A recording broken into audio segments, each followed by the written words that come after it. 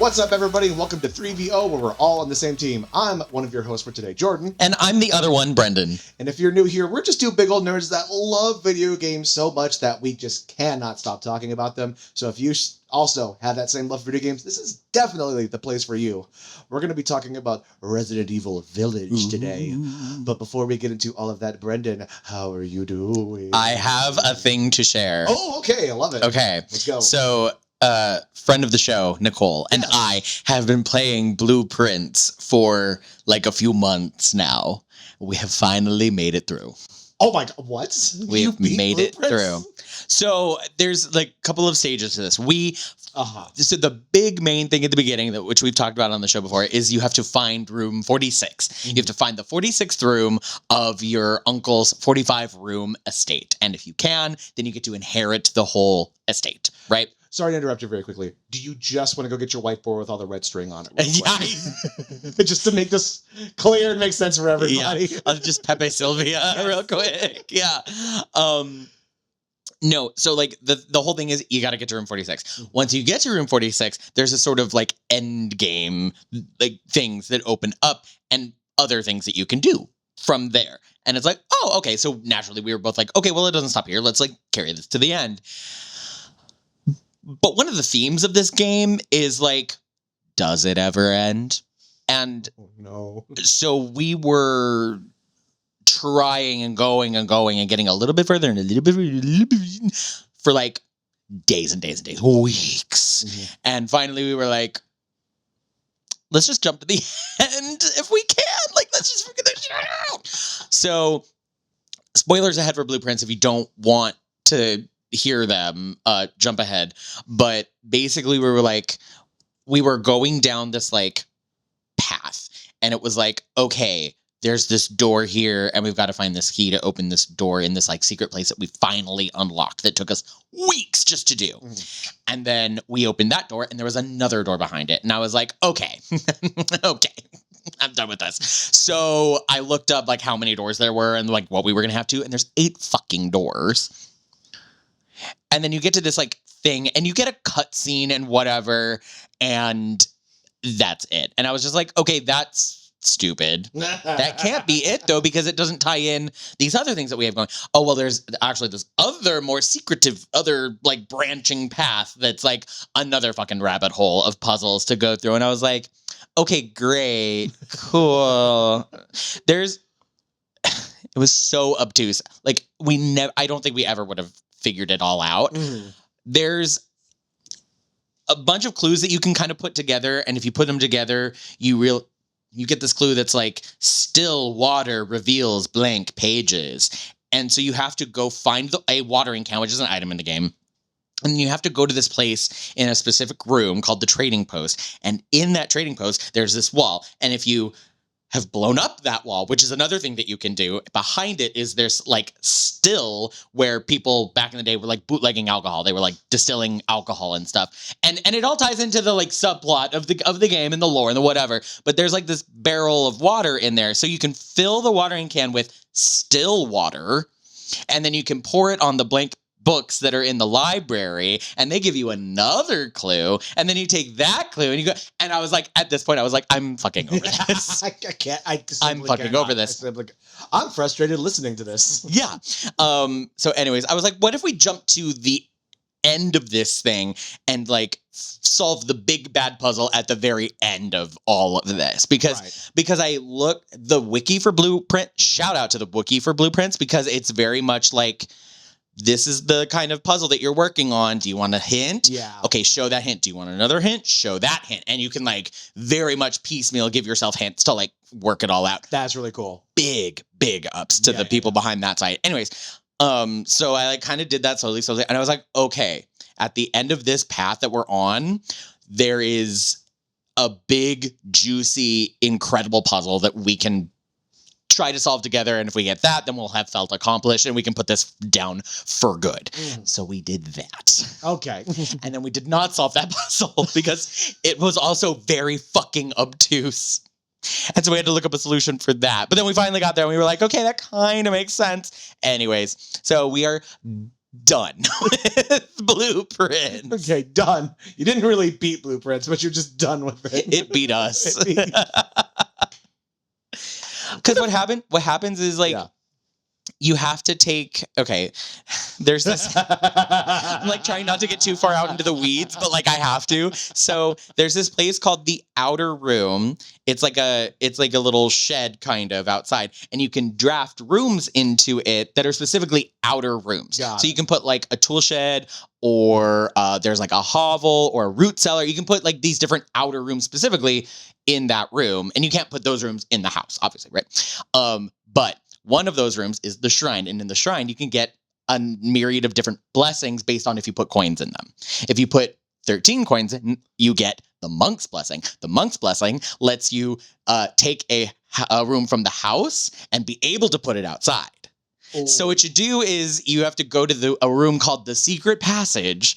You have to take that and put it in the outer room. And when you do that, there's an extra, because there's books in there that are like levers. And you pull the book and it opens the door of the passage.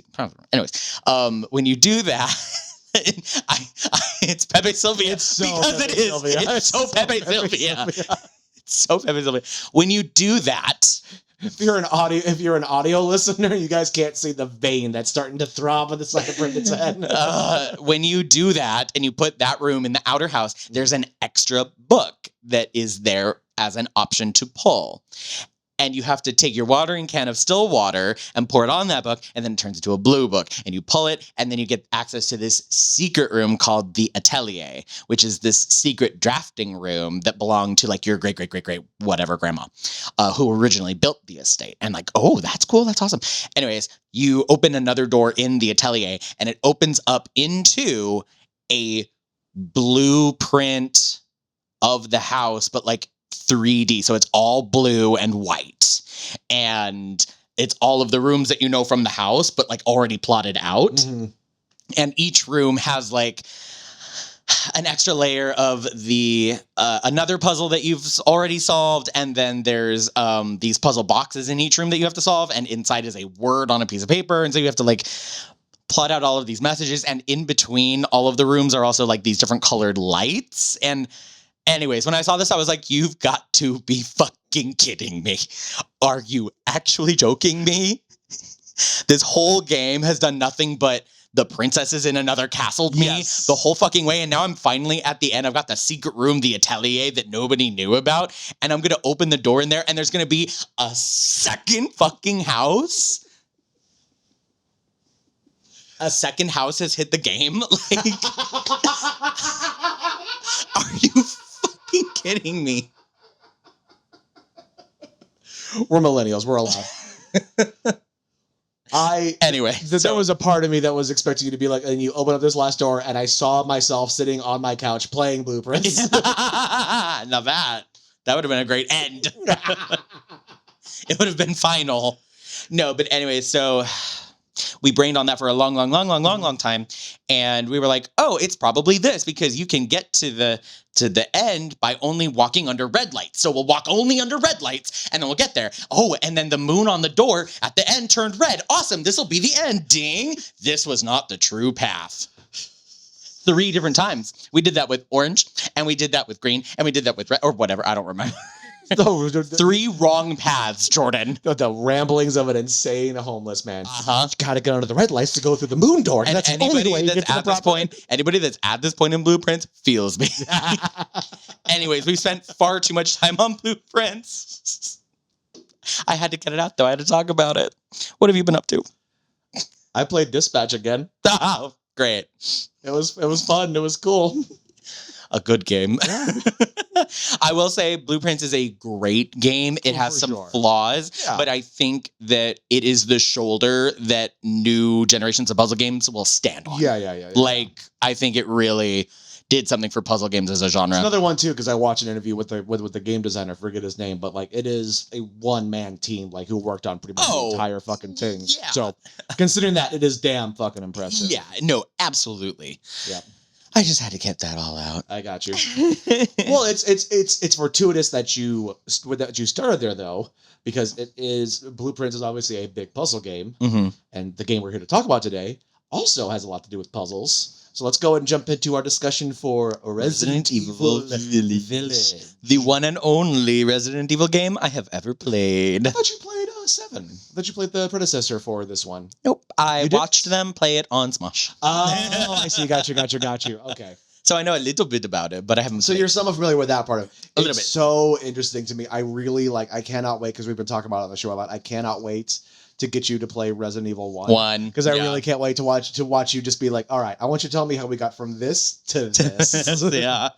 If you're unfamiliar with it, Resident Evil Village is a survival horror game. You play as one Ethan Winters. You are in this, you essentially looking for your daughter is a good kind of like non-spoiler way to put it. Looking for Yeah. your daughter in this bizarre, almost haunted feeling village in the middle of Europe. Middle of like Eastern Europe. Middle of like Eastern Europe. Very like Transylvania. Yeah, like very, very much Transylvania-esque vibes. You are hiding out after the incidents of Resident Evil 7 or Resident Evil Biohazard. Yeah, it's like 3 years after the It's events of 3 7. years yeah. after it, you and your wife Mia have moved to a new place. You're essentially under like a heightened version of witness Like, protection. yeah. After what happened, you've now got a new daughter named Rose. And with the way that it's the beginning of this game was one of my favorite things. The way the game starts off is that you have dinner, you put your daughter to sleep, you're trying to get your wife to kind of open up about like how things are going. So we need to talk about what happened. Your wife's just like, no, we just need to move on, move past it. And then just like out of nowhere, she gets shot and then Yeah. lit up by bullets.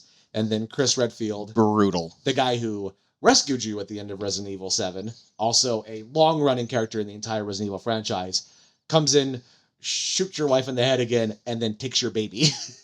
And thus sets us off on the adventures of Resident Evil. You were essentially there to get your baby back. Yes, yes.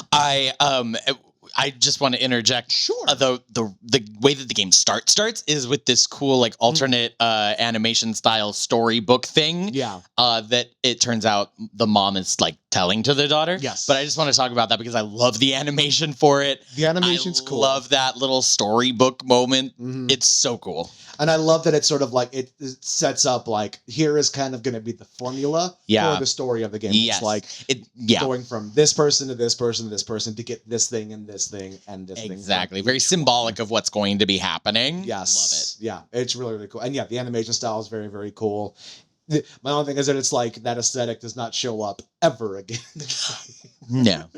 No. But it's fine. But it's really cool. It reminds me of the story of the three brothers in Harry Potter 7, Yes. where they're talking about like the stone and the wand and the cloak and all of that, and Yes. death chasing them. It's very much that. Yes. I also like the old. I did also like the old school like fairy tale vibes. That it has. Yeah. Just like old fairy tales were like meant to be cautionary tales for Yes. kids not to go do Yep. dumb shit. Like I talked about this before, just like in other things, but it's like fairy tales were the predecessors to modern horror. Absolutely. It's the same that they're all Yeah. morality stories. Like it's all about like, hey, don't do this or this will fucking happen to you and it'll be really, really bad. Like, Mhm. but it also sets it up to be in that vein though, because even though it's very like Resident Evil is horror sci-fi in the sense that it all has to do with like viruses and plagues that turn people into monsters and da da da da. There's such an old school horror vibe to it with what you're dealing with in the game Mhm. that I really, really like about it. Absolutely. Yeah. Well, and I think this one is tonally different too because it's set in a weird, more fantasy way. Too. Yes. It's like taken in a folk tale weird direction instead of the like high sci-fi that Resident Evil started as, for the most part. For the most Right. part, yeah, it transitioned into that. It with like the, it moves back to it, but like when it started, I was like, oh, this doesn't feel like Resident Evil. It feels like I'm in a weird, grim fairy tale. With the way as it kind of goes originally, Resident Evil 1 kind of sets that up as you play, because at the beginning of the first Resident Evil game, you get none of the hints that like there is this like this underbelly of like weird sci-fi shit that's going on with stuff. You're stuck in a mansion and there's zombies trying to kill you, and like there's like basically you're just like dealing with like giant snakes and giant spiders, all like very sort of like classic-y like haunted housey type shit. Sure. And then you start to uncover like the other realm of like, oh, this isn't like a haunted house thing. There's another level to this where it's much more Yeah. sci-fi, and that's kind of the twist for Resident Evil 1 for the most part. Whereas like in this, there's an idea that it's like for the most part, most people kind of know that that's established there. But I think for new players, it's interesting too because you don't have all that backstory lore to it for yourself. So that was, I'm interested to see like what that was like going through for you for the first time. To be like, so we got vampires and werewolves and weird fish monsters, people, and somehow this is all tied in to some pharmaceutical thing. What the hell's happening? Like, yeah, and I think that's what I mean. It felt more like magical instead of like sci-fi. I know it all looped back to that, obviously, but it was weird because it felt like this little pocket. It felt like stepping back in time. I couldn't quite figure out when the story was, or if like some weird sci-fi bullshit had happened and we had gone back in time. Through the whole game, I was like, when is this supposed to be? I think the idea for it is that it's very much like, to use another pop culture reference that you might not know, the movie The Village. Oh, I know The Village. Oh, okay. So the whole thing is that it's like the big twist at the end is that it's like these people think that they're living like this, like the 1500s or whatever, but it turns out not they're just actually. parallel. Yeah, I think that's kind of what is they're like going for, is that this village is isolated, and isolated out of time, sequestered. Okay, cool. Yeah, intentionally by like Mother Miranda and everything that she's been doing. Right, I would agree with that. Yeah. It definitely feels like there's more like supernatural things happening. More, and I think that's like more of the vibe. Is what I was getting at. Yeah, because like Zombie Outbreak is very much like a sci-fi, like bio weapon thing, right? But it's sort of like a, whoa, what a crazy thing that's happening that actually could, quote unquote, happen in our world. Yeah. Whereas this game, it's like, whoa, look at all this stuff that's happening that could never happen. It's all like supernatural magic, like old high fantasy stuff. Yeah. It had much more of that tone. I fully agree with that, for sure. Yeah. I love a formulaic game. Are all of the Resident Evils kind of like Village? The more modern ones are for sure. Like I feel like Resident Evil 4, even the original one, because the remake has come out, like it has a little bit more of that. There's a little bit more of like running around and backtracking and trying to find stuff, but it has a little bit more of like that. Like now we're in this stage of the game, and now we're in this stage of the game, and now we're in this stage of the game. Whereas like the original ones, like basically 1, 2, and 3, I would say, is sort of like there's also like ones that are like in between that happen, because you have like Resident Evil 1 and 2, and then you had Code Veronica that came out before 4 happened, but it's a whole fucking, the timeline for Resident Evil is weird. But like the way that I kind of like think about like Resident Evil 1s through 3, as they were originally when they came out, because the remake for 3 is a little bit more like third-person shooter, kind of like an arcadey vibe, but it's sort of like they sort of were like, okay, how do we make a Rubik's Cube into a video game? Because it's all about being like, what's the right combination and path that I need to take in order to get this done how I want it to get done. It's a big puzzle box that you're in, basically, and you have to try to figure. It's like you run in the first one, you run around the mansion for like the half the game, but then when you find other stuff, you still have like, you could still put pieces together that makes you go like, oh, I got to go back to the fucking mansion to get this thing because that's going to fit into this thing that I didn't find out till like 6 hours in the game. 2 has a very similar, even the remake for 2 is a very, very similar feel for that. Whereas like with Village, it's very much more like, okay, here is this part of the game that's like kind of its own puzzle box, and then this part that's its own little puzzle box. Right. And each one in Village has like a different feel to it as you go along too. Mm-hmm. It does kind of feel that way. It also it felt rather linear to me though. It is very linear. It is probably the most recent additions to Resident Evil. They're probably the most linear games that which is fine by me. Oh, I have zero complaints. Zero complaints about that. Zero complaints. Yeah. Need to turn my head off, not think so hard. Yes. Totally fine. Yes. Very, very much so. Very, very much so. But yeah, it is. Yeah, like when we talk about linear here on this podcast in particular, we don't mean it in a bad way. No. Like there's nothing wrong with a linear story, with a linear gameplay, especially for something like this where like it really lends to the experience, I feel like. Mm-hmm. Because there is the option to like go run around, find more stuff. Like it's almost open worldy. And there is a lot of little stuff that you can find that will benefit you. Yeah. Oh yeah. A lot of searchables, a lot of collectibles. It behooves you to go and explore things. But I would also say the big difference there too is that, well, really only with Resident Evil 1, depending on how you depending on the things that you find in the game and how you do your run in Resident Evil 1, you will get a slightly different ending. There's an all survivors ending, and then there's a lone survivor ending. Whereas, like, there's really no change in the ending for Village, right? For the most right. part, even 7, there's a little bit more of an option for like kind of changing how the path. Yeah, there's. How does that work? Because like, kind of at the end, you can kind of choose your wife or the other lady, right?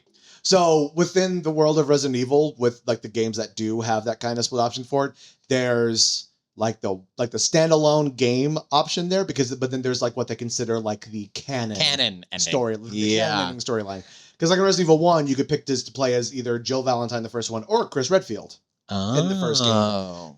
Jill's is what's considered the canon run, though. Because there's a character in Chris's one that you go into where that character is just dead the entire time. His name's Barry.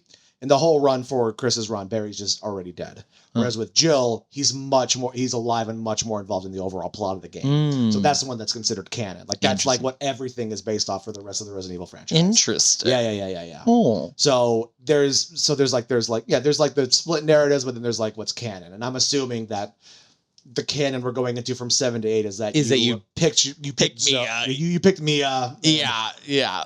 But there was a DLC for 7 that was very bizarre, in which you play, it's the Baker family. You play Zoe's uncle, who was like kind of living in the swampland off the thing, and then you find a way to like cure Zoe. It's bizarre. It was a really weird DLC for the fucking game. Okay. It was very, very fucking bizarre. All right. Well, back to Yes, Village. back- No. I took you on that tangent. No, you're good. You're good. So I really want to talk about the boss battles in Village, because something Resident Evil's always done pretty damn well has been the boss fights. I was curious if this is like a sort of emblematic situation with the Resident Evil games. They're so cinematic in a way, but also so cool. Yeah.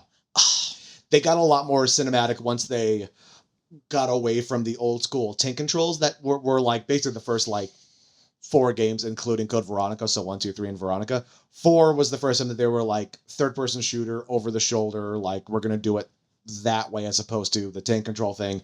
And then 7 and 8 are the only 2 that are standalones that are like first-person shooters. So it's we're also in like a different realm right now in which like how the Resident Evil games are made, are even made and then played and consumed. Exactly. Very interesting. It's really cool. Yeah. I absolutely adored the all of the boss battles. The one with Moreau in particular is super awesome. That one was the most like, I think, intricate in terms of like, I need to figure out how it's not just aim, shoot, like load up on my bullets and whatnot. I really need to like strategize how I move through this area. And I love a boss battle with a gimmick. Yeah, 100%. Love a gimmick. It is my biggest thing as to relate it a little bit. It's my biggest thing, like challenge as a dungeon master for D&D is like giving my players, like especially the big boss fights that they have, and not just being like, okay, I don't want you to sit here just like hounding hit points. Yeah, like, you can't just hit it until it's dead. Yeah, I want you to. I need to find like the game within the game essentially here. And Resident Evil is very, very good. Yeah. And something else, just talking about boss battles. I love that I think you go to her second, the doll lady, Donna Beneviento. Donna Beneviento. When you go to fight her, the like final battle isn't really even a battle. Yeah, love that. It's a game of hide and seek. I love it. We just need to talk about that house for a little bit because that house of nightmares.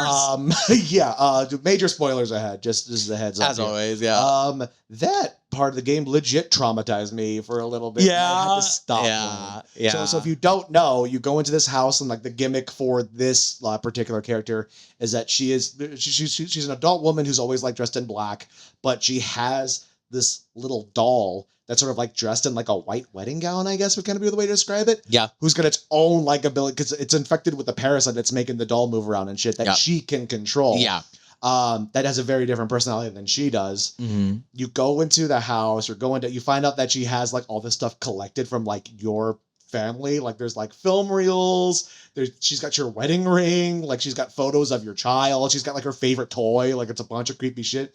And because everything's so like doll oriented, at least for me, my brain was like, okay, great. I'm going to get attacked by like killer dolls, or it's going to be the like I don't know if you've seen the mechanic and things with like the mannequin thing where it's like if you look at it, it can't move, but once you turn your back, It can like move and can follow move you towards it. around. Yeah. Or like some weird thing because there were like shit you could hide into. So I was like, and you lose your weapons, you lose everything you have on you. So I'm like, okay, cool. It's gonna be some Outlast style like run and fucking hide situation Mm-hmm. from a bunch of creepy dolls. I felt or the same something way like that. approaching it when we lost our stuff. I was like, Yeah. I've been here before. I know what to I've do. done this Like, before. yeah. And then you get to a certain place where like you start to like put stuff together with the puzzles that are in the area, and you walk down a hallway, and what rounds the fucking corner, I don't know how to describe it other than a giant fetus. Like how else? A giant slug fetus. Yes. Here's what happened. Somebody worked on PT. Yeah. Somebody worked on PT. Yeah. They somehow still had the asset from that weird little baby thing that's in the sink in PT, and they just like, let's just scale that up and have that fucking chase you through the house. Oh, horrifying. And it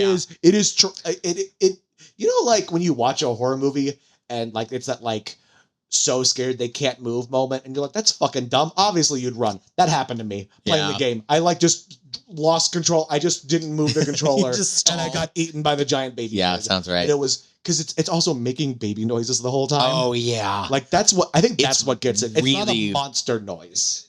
It's truly the most vile thing. Yeah. It's like a horrid monster. I would rather fight like 3 Lady Dimitrescu's in a row. 100%. Because like I was saying, it's just like because it's so terrifying, but all the noises like dead, like literal actual fucking Or baby crying. noises. Yeah. Crying and like the giggling and the laughing was the part that like got me the most. Yeah. Was so excited to get the fuck out of there. Yeah. And hiding from it when you have to like work it into the bedroom to get around it, because like that's part of it too, is like it's chasing you forever and there's only so many different paths that you can take around in the basement, so you have to like lure it to a spot and then hide under a bed and then get past it and then run beyond it so that you can actually like put the last piece of the puzzle in and blah blah blah. Yeah. There's something for this one for Resident Evil Village in particular, like it does a really good job of like creating, like we always talk about on the show, but just like there's like those like cinematic feelings of moments of just like Nathan Drake jumping from one vehicle to another or running on top of a train. You want that like that big action adventure feel. Yeah. This one is a prime example of like literally hiding under a bed, waiting for this giant monster to creep around you, and then just going, and then fucking sprinting through the rest of the house. It's that same feeling that I talked about in our Outlast episode, where I talk about you feel very much like a one-to-one feeling with the character. Like you feel that happening as if it were happening to you. Yeah.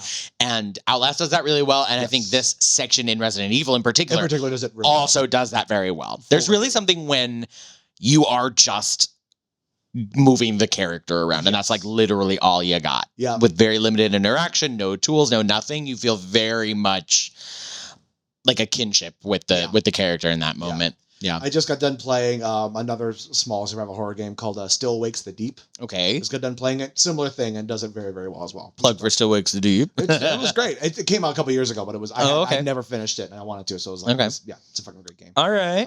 Since you brought it up, though, I would like to talk about Lady Dimitrescu. Yeah. A little bit here. That's a big lady. That's a big lady. And also, just to get it out of the way now, we know, okay? We know. What do we know, Jordan? I agree. Ultimately, I agree. I get it. Yes, I want Big Vampire Lady to step on me.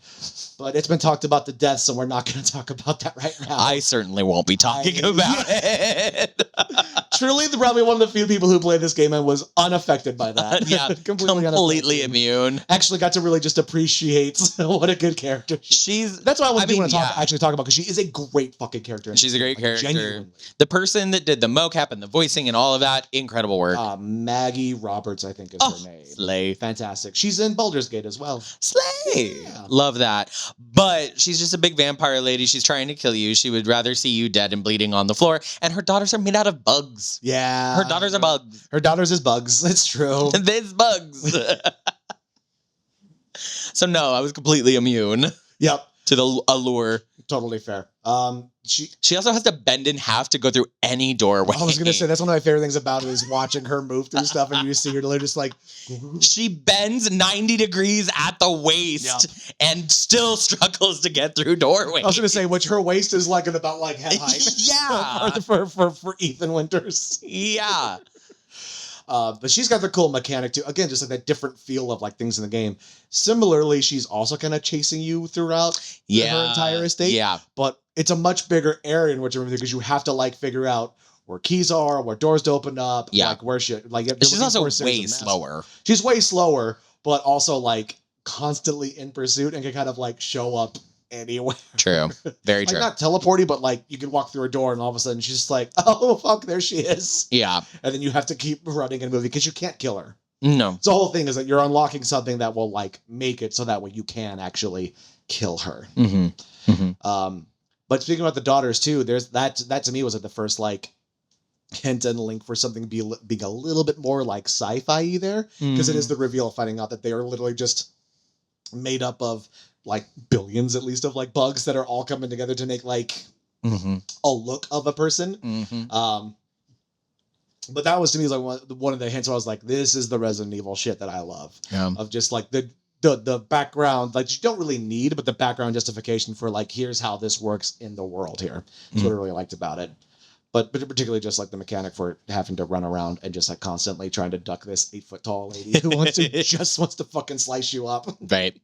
And something I liked about the game too, since you brought it up, is that each region felt very distinct and like was like, I'm doing a different thing here because it's not the same character, so it's not the same. And I like that a lot. Yeah. Because I think doing that over and over would get really boring. If everything was just like that, it would eventually get like a little same feeling. Yeah. So you've got like that whole thing where you're running around the estate, ducking Lady Dimitrescu, getting around, figuring out more about what's going on because you're still very much in the dark about what's going on.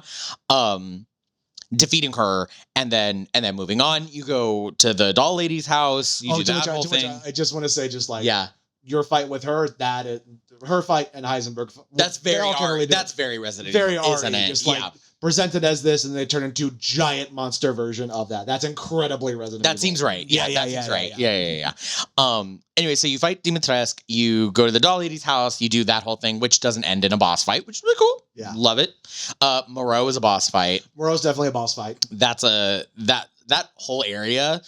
It was like really cool, but I hate being on the water and not seeing the stuff coming at you. That's the most terrifying part of the open ocean. Is that you look out and you go like, I can't see what's down there. This sucks. Yeah.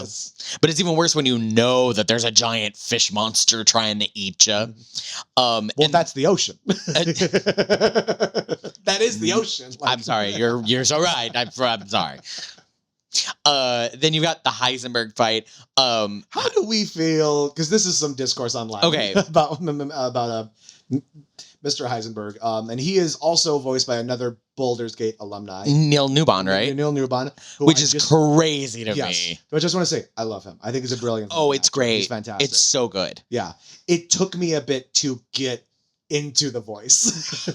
Because it's not what you expect from that character design. At least it wasn't for me. Oh, gosh, really? For me, it wasn't. Oh, for me, I was like, yeah, that's exactly how that guy would sound.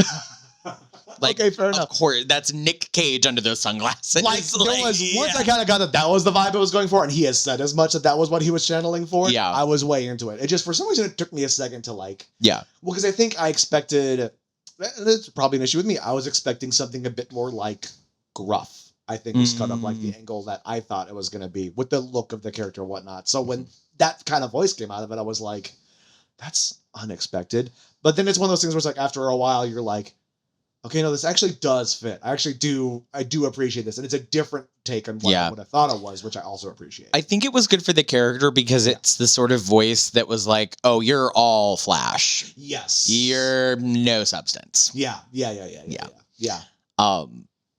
Oh, can we talk about the scene where he like makes you sit down right next to the like open hole? I was like, Ethan Winters. I know you've never rubbed two of your brain cells together. That's also the thing too, is like there's a lot of discourse about like, is Ethan Winters one of the dumbest horror? Is he even trying to survive? What is going on? well, how many limbs has this man had chopped off and put back on? Like, it's all a thing with him. There's also discussions online about just like the fact that Ethan Winters has no ability to like have a finishing line. Yeah. all of his stuff is- Oh, it's so bad. It's just like getting set up like to say something like clever and fun, and Ethan's literally just like, fuck you. Moving on. Which is somewhat realistic. Like no one's gonna be clippy in that scenario. No, it's but, like, true. You've got the Heisenberg fight, though. I do like Heisenberg as a I character. do like it. That's a The very fun Heisenberg one. fight, It's a super really fun cool. one. Hated that region. Hate the factory so Yeah. much. Yeah. I just replayed it, but I had all the extra shit unlocked. So I had the section where you play as Chris for a little bit and you get like the souped up weapons. You can just get those at the beginning if you like unlock a bunch of shit. So I just started the game with that. So like everything was like, Oh, that makes it so much nicer. I was like, I'm getting the fuck out of here. I'm going to the boss fight. I know I'll be fine. I am not spending any more time with any of the fucking bitches running around this place. So I just like ran past there when you're going up the like combine or whatever, and there's the big fucking guys in there. Yeah. Ran right past them. Yep, for sure. Said not today. And then you have the fight with Heisenberg. You have your first major confrontation with Mother Miranda. Yes, with the reveal. Kills you. Right. And then we find out that Ethan Winters has been dead the whole time. Yeah. Which is truly where I love Resident Evil, because that is some opera level. It was the most telegraphed thing too. I was just like, this man had his whole hand cut off and then put it back on and poured some water over it, and then it was fine. Well, the thing, obviously, things are not okay with this man. Well, that's interesting. I just took that as just like video gaming shit. Like, you just took that? You just accepted that? I just rolled with it, man. Absolutely it's not. A fucking video game. Like, of course, he's the protagonist. Of course, this man could just put himself back together. Absolutely not. You do have your big final fight with the Mother Miranda at the end, and honestly, though, for the jokes I make about how over the top and kind of campy Resident Evil can be, it is a really emotional ending to the game. Yeah. Because it's Ethan realizing, oh, I'm made of fungus, basically. Like, handing his daughter over to Chris before the shit closes around him. And he, like, sacrifices himself to save everybody else. It's a really, honestly, really impactful ending for the game. With never having played it before, I got everything that was happening, like, in the character's emotional journey. So I got to give props to the RE team on that, because it was all good for a non-Resident Evil person. It's also a huge split, because that's the first time that, like, the main character of a Resident Evil game has died in the game. Oh, interesting. Yeah. Like, the person you're controlling has, like, died. Died. And, like, confirmed dead in the game, too. Wow. Yeah. And then you get this final little, like, send-off with Rose when you find out that she also might have some weird shit going on with her, too, which is super interesting. Yeah. Well, she was sort of chopped up into little bits and put into jars for a while, and then put back together. I don't know that anybody would be the same after that. I don't think so either. But all this to say that I'm now, this game it made me very excited for the next one coming out. Yes. What's going on in that one? All I know is that it features two characters that have been in previous games. Famously, one of the, probably the most popular Resident Evil character, Leon S. Kennedy, from 2 and 4. And now 2, 4, 6, and now going to be in Requiem again. And I believe the other character running around is Sherry Birkin, who is also from Resident Evil 2. Okay. Yeah. Do you know anything about the setting or the zhuzh? Oh, okay. I want to see nothing. I want to know nothing. I was upset when I found out that Leon was going to be in it. So little I wanted to know going into this thing. Gotcha. I got it pre-ordered, so we will definitely be talking about it on the podcast. Absolutely. As quickly as we can. I'm super excited to play it too, so we'll definitely be covering it. It's going to be so good. Yeah. I'm so psyched. Well, now that we're done talking about Resident Evil Village as a whole, let's talk about the entire Resident Evil franchise.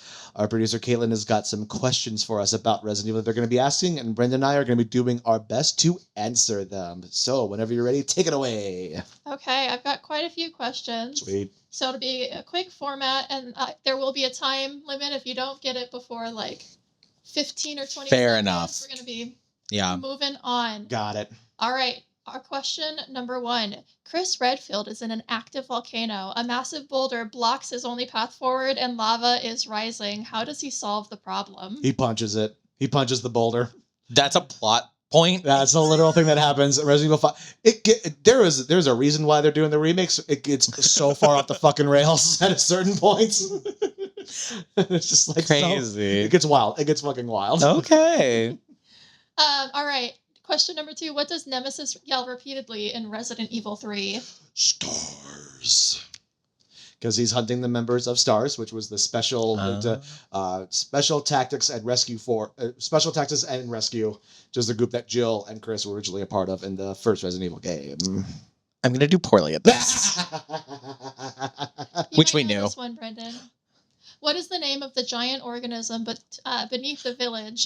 The something seed, the gamma seed, the Close. what's it called? I forget what it's called too. The something. And I just seed. played it. Brendan, I'm gonna give it to you. It's the Megamycete. Megamycete. Megamycete. Megamycete. Yeah. Yeah. You were close. You were close. Yeah. I was not going to get it. Yep, that was very close. All right, number 4. What is the name of the virus that causes the Raccoon City outbreak? The The T T-virus. virus. Brendan got it first. Can we just step over the question if you're in the middle of it, or do we have to yes, wait? yes. Oh, Great. okay. Go, Cool. go, go, go. Okay. Yeah. Okay. In Resident Evil 4, what infects the villagers? Las The T Plagas. virus. What did you say? Las Plagas. Ah. It I'll is give not. that It to is. Jordan. It is not this This is because it correct. is not. It is not the same virus from the first couple Uh, games. uh. Yeah. Very nice. I figured I'd just take a stab. Not fully about this. And to be fair, if you shout out like what caused this in Resident Evil, and you say Usually the T-virus, T virus. Yeah. there's a good chance you're going to be right. Fair. What is the name of the evil corporation responsible for Umbrella. Yeah, you were faster. I did know that one though. Oops, I lost my place.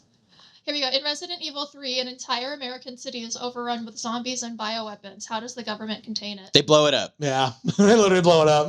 You Again, tell me that. Yeah, I was gonna say another one of which you could just be like, "How does Resident Evil end?" They blow it up. They blow it up. It's a pretty common. It's a pretty common solution in like almost every Resident Evil game. That's great. What item is used to save progress in the classic Resident Evil? An ink ribbon. Maybe? Oh, a typewriter. A typewriter, yeah. But you need an ink ribbon in order to save a typewriter in the The ink original ribbon is the games. currency to Yes, got exactly, it. Yeah, exactly. yeah. You need like a thing to save your progress. Limited resources. Rough. Classic survival horror. That's Yeah. rough. Yeah, Damn. it's mean. All right, just a point check-in. We have Jordan with 5 points. Okay. And Brendan with 3 Okay. points. You're doing solid, like. And we have 5 questions left. Okay, so it's still anybody's game. And For a little next bit. game. In the original Resident Evil, a lab researcher slowly loses his mind to infection. What was his final journal entry? Oh, that would be Itchy Tasty. Yep, that's Itchy tasty? Because he's slowly like falling victim to the virus, so it's like he's chronicling like how he's like basically turning into a zombie. And the whole thing is like because he's slowly turning into Okay. a corpse. His skin is Interesting. getting Itchy. But I think he's also talking about how he ate one of his coworkers. Uh-huh. So you just get like the repeat. It's like 4 lines repeat, just itchy tasty, itchy tasty. Ew. Yeah, that's creepy, man. It's creepy. That's rough. it. Okay, this one's gonna be a closest wins. Okay. Canonically, how tall is Lady? Dimitrescu. That's correct, from Resident Evil Village. I think she's actually like 8'5". Is it the closest without going over? Yes, 8'6". it's 9'6". Oh my god, you did it! Well done. Well played. Can't even be mad. That's good strategy right there. If you had answered first, I would have done the exact same fucking thing. Yeah. I hear it's 9'6", but that includes the hat. Oh yeah, she does have a hat. But it's not like Okay. a tall. It's not like a tall on her hat. It's a wide brim, It's but like yeah, it's like close to the head and then big. yeah. It's a Yeah. Melania Trump hat. Oh no. Ew, I didn't like that I said it either. I was gonna say I hate the comparison, but Lady Dimitrescu is not a good person, so Yeah, I mean, Okay. This one you've already talked about. So quickest gets it. In Resident Evil 7, a deranged, infected man cuts off Ethan Winter's hand with a shovel. How does he recover? by pouring water on it. Yeah. I mean, if you want to get technical, it's not just water; it's like a healing. Oh, I'm salve so that he pours on sorry. it, but it's fine. You can have it. I found liquid. Yeah, it's, Yeah. They never explain what it is. No. We have 2 questions left. Our Okay. point check-in. Jordan has 6 points, and Brendan has 5. Oh my god, I need both of these. Oh my god. I need both of these so bad. Okay, come on. Well, What color herb restores health? Green herbs. That was Yeah, it was Jordan. It was Jordan. It was Jordan. And our last question: what is the name of the village's cult in Resident Evil Village? Oh, what is the name of the cult? Oh my god. I forgot they had a name.